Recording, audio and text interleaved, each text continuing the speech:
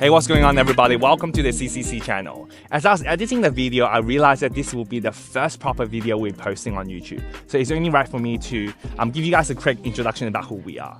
My name is Roxon, and I've been fortunate and lucky enough to have surrounded myself with a bunch of amazing people who are into cars, just as I am. So my friend Tiggy and I, we've started this channel as a way for us to share and also document our journey with cars to you all. And this year, we're planning to document everything that we do with cars. And particularly, there are a few exciting projects that we have, including personal builds for the collection, as well as bringing you guys along to some of the local and international car meets where we're able to share unique car builds with our community. And lastly, and perhaps the most exciting bits of all, is that we'll be revealing our full car collection to the public for the very first time. As I'm just filming this, Tiggy is actually leaving Australia now, and he's flying overseas to film some pretty exciting car content. So if you're interested, please keep an eye out for that video coming soon. And lastly, for those who actually watched the introduction of me on the track with the car, no, I didn't personally crash that car. And there is a bit of a backstory about that car, which you'll find out in just a second. So with that said, I hope you all will enjoy our very first YouTube video, and let's get into it.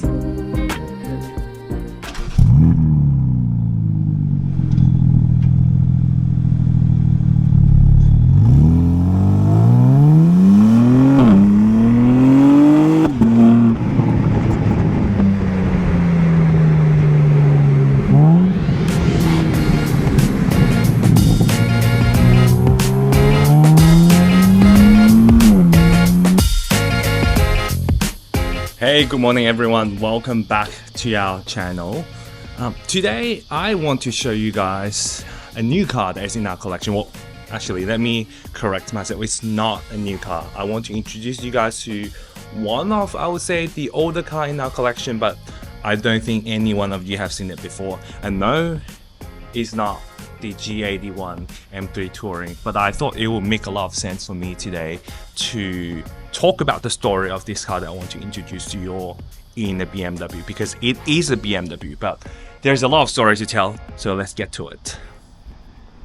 Alright, so let's talk about my story with this car. But before I actually dive into all the details, I think maybe perhaps it's even better to talk about how I got into the brand BMW. Because BMW, in fact, wasn't my poster car when I was a kid, right? It wasn't the poster that I had on the wall above my bed. Back in the days, it was the Honda NSX, it was the Ferrari F40s, it was the Porsche 911s. Those were the cars that I dreamt to have. But I got into BMW because going back a bit, back in my 20s, especially my early mid 20s, I was broke, so I didn't have a car, and eventually I got myself a car, just a typical daily family car, a CX-5.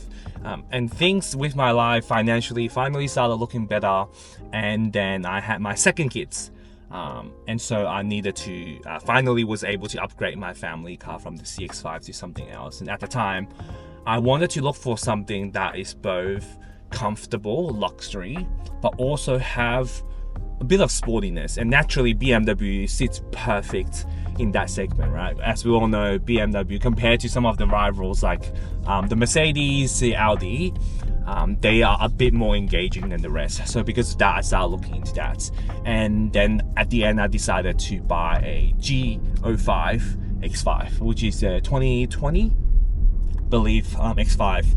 And from then on, I thought the car was really good. It had the perfect blend, you know, it looked aggressive, it had the perfect blend between comfort and also sportiness. And so I started looking a bit more and getting more interested into the brand, and of course now, as you can see, I have a G81 Touring, which is not the car that I'm going to review today, because I think most of you, if you follow our socials, you know that we already have this car. And the car that we are going to review today is actually a E36 M3. So let me talk about why E36 M3, right? The E36 M3, in my opinion, had the perfect blend between the classic BMW look, although I think the E30s, the E24, the E9 do look even better than the E36, but also the E36 had all the modern technology that you would expect a sports car to have, and especially the one that we have all the perfect modification that was done to the car, and it's a car that is super well kept by the previous owner. And then this car, after I got it, it was primarily used for a few things. Number one, the car was set up to be able to go to track really well. It had aftermarket brakes, it had D2 brakes, it had MCA suspension. And for those who don't know, if you're not from Australia, MCA is an Australian company that makes suspension, and some of the suspension are actually very, very good. So the car had it. The engine also had an upgrade, so instead of just running the naturally aspirated S50B32, the 3.2 liters, because the car was actually a 1998 M3 Evolution, so it ran the 6-speed 3.2 liters naturally aspirated inline 6 engine. But on top of that, the engine was actually added with a forced induction, so it was running a supercharged kit. It was the active auto work kit with the car, with the stage 2 tune as well. So the car on paper apparently should be putting down somewhere around 400-ish horsepower, and it felt pretty fast. The car also had the CAE shifter with a twin plate clutch. The car wasn't so much a daily driver because of the twin plate clutch. It was very hard to, take off. It would be noisy. You can hear the grind between the plate as well. But the car looked so good. The shifter was so perfect, and I loved it. And I took it down to the track.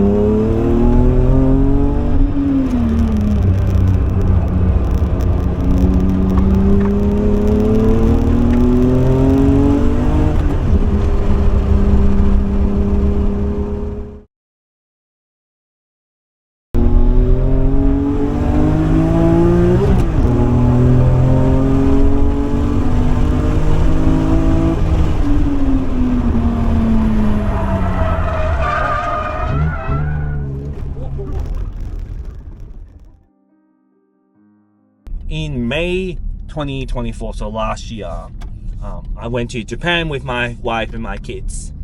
And on one of the nights when I was there, in the middle of the night around 3-4 a.m, all of a sudden I got a lot of phone calls and a lot of messages. And by the time I woke up at 5, I could see all those missed calls and messages, and I knew immediately something went wrong. So I contacted the person that called me, and I was told that my E36 M3 was involved in an accident on a wet, rainy night with other 2 cars. And the car was essentially destroyed. I've considered what I should do, and at one point, and for most of the time, between the accident and now, I actually just thought I'll just park the car and salvage what's left with the car. However, in the last few months, as we started shooting a lot more content, as I'm trying to get myself really immersed into the automotive world in Australia, I thought that would be the perfect build for us to restore the complete car and bring it back to its previous glory, or even better than what it was before. And which is why today I want to show you what the car looks like, and then talk about some of the potential plans I have, and hear from you guys what you think is the best thing that I should do with what we have now. A few moments later. Wow, we have a special guest with us today. Tell us, who are you? Julius! And who are you? Are you my friend? No, I'm your son. Yes, that is my son. He's my eldest boy of the family, and he decided, why are you with me? Because on the seat, the BMW, Yeah, and what happened to the BMW? it got crashed. Yes. So that's where we're going now.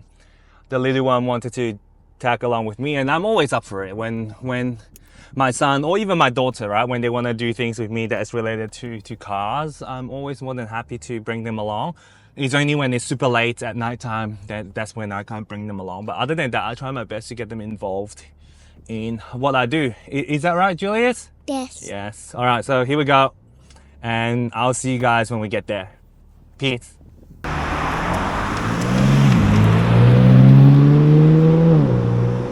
We've just got here, and surprisingly, well, I guess not surprisingly, I feel a bit more nervous than I thought I would, because the car actually have been sitting in this shop, outside of the shop, for nearly a year now. And I remember last time when I first came, we opened the door on the driver's side and then we couldn't close it. So there is a chance that the door has been open for 10 months. We've seen all sorts of weather in the past 10 months. We've seen crazy storms that went for 3-4 days, and we've had crazy heat wave. So I'm finger crossing that it's not too bad, but I'm not sure. So let's go have a look. Shall we go, Julius? Yes. Let's go. All right, everyone. We now with the car. My son is the inspector here. And so this is essentially what we're working with. What I was curious to see, components that we'll need to order as part of the rebuild. And obviously this is the intercooler of the supercharged kit. Some of the bracket I can see is gone, part of it is bent. And I'm not too sure whether this is reusable. We'll have to take it apart to see. The strut tower looks okay, so a chance that the strut bar we can reuse. A lot of these radiator hose will need new ones. Some of the electrical will need to have new ones as well. Of course, the brakes are gone. Well, actually, the caliper might still be okay. I'm not 100% sure, but we'll need new rotors. The BBS LMs here is completely Even the destroyed. tires, though. Yeah, the tires are gone. So a bunch of these things we need to order. Of course, as I mentioned earlier, we do have a new chassis that we'll be using, so that's fine. But we will still need to have a lot of parts that we will need to get as well. The half. What else? They grabbed the parts somewhere. Yeah, here. that's the front lip. And then everything else essentially around here needs to be redone. The windscreen is also gone as well. One of the key things that I wanted to see is because the back, one of the key reasons why we'll need a new chassis is because the whole chassis, essentially from the front towards the back, is bent.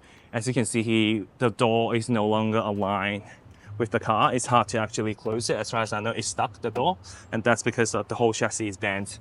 And that is obvious here as you look at the side skirts. During the accident, I believe the whole left-hand side of the car was heavily compressed to this.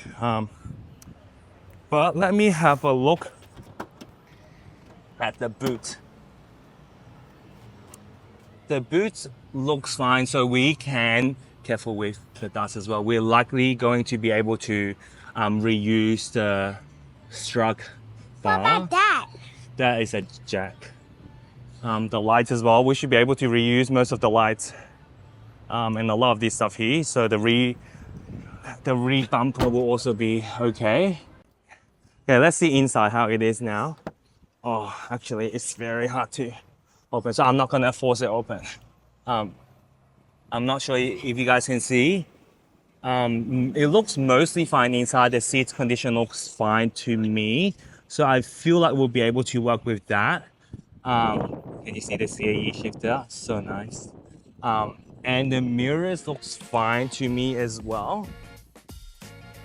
So everyone, now I think you have a better understanding of one of the oldest cars we have in our collection and what we're working with. I've got a few plans for the car. And Julius, maybe you've heard of it before, but initially I was gonna make this into a drift or a racing car. So it will be a pure racing car or a drift car. But as I've been thinking about it in the past few months, I've sort of moved to the other side of the spectrum, and now I'm leaning more towards building a classic, going back to the classic look with a bit of, you know, modification. So that's what I'm thinking. Or even actually one of my friends have recommended that I should build a super wide body. I'm not sure if you guys know about a body kit called the LTO, so Lift to Offend is the name. And some of the people have actually recommended that I should use that body kit in the car. Given that it's supercharged, so it does have the power to actually put those super wide tires on the road. I'm not sure what I should do, so I would love to hear what you guys think it's the best thing for me to do. But I think that's pretty much wrap up our episode and our vlog for today. Yeah, is that right?